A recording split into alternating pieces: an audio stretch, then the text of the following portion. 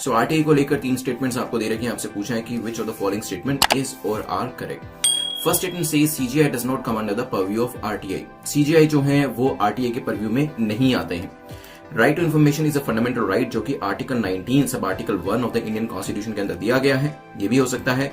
A citizen can seek any information whether it is related to internal security और foreign affairs. RTI के अंदर internal security से, foreign affairs से related information को भी मांगा जा सकता है। सोचिए क्या आंसर होगा इसका, फिर करते हैं इसके ऊपर एक डिस्कशन। चलिए, तो अभी एग्रीकल्चर मिनिस्ट्री जो है इससे आरटीआई डालकर एक इन्फॉर्मेशन मांगी गई थी और कहा गया था कि जो प्री लेजिस्लेटिव कंसल्टेशन थी फॉर्म रिफॉर्म लॉज को लेकर, तो जो फार्म लॉज अभी हमारे पास हुए हैं उनको लेकर जो डिस्कशन हुआ, जो डिटेल्स के बारे में यहाँ पे इन्फॉर्मेशन मांगी गई, लेकिन यहाँ पे एग्रीकल्चर मिनिस्ट्री ने इसको देने से मना कर दिया था। हिंदू के अंदर ये चीज मेंशन करी गई थी।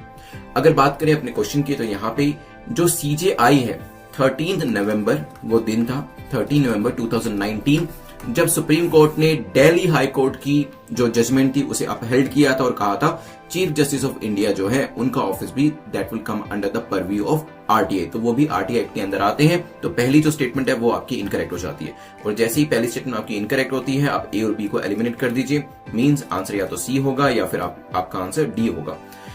Citizen can seek any information whether it is related to internal security or foreign affairs। तो internal security, foreign affairs की जो information है they are exempted। ठीक है, तो यहाँ पे information चाहे वो इंटरनल सिक्योरिटी की हो, फॉरेन कंट्रीज की हो, फॉरेन रिलेशंस की हो, इंटेलेक्चुअल प्रॉपर्टी राइट्स की हो, या फिर कैबिनेट डिस्कशंस की हो, उनको मना किया जा सकता है, उनको एग्जम्पशन दी गई है। ध्यान रखिएगा, all constitutional authorities, agencies, owned and controlled organisation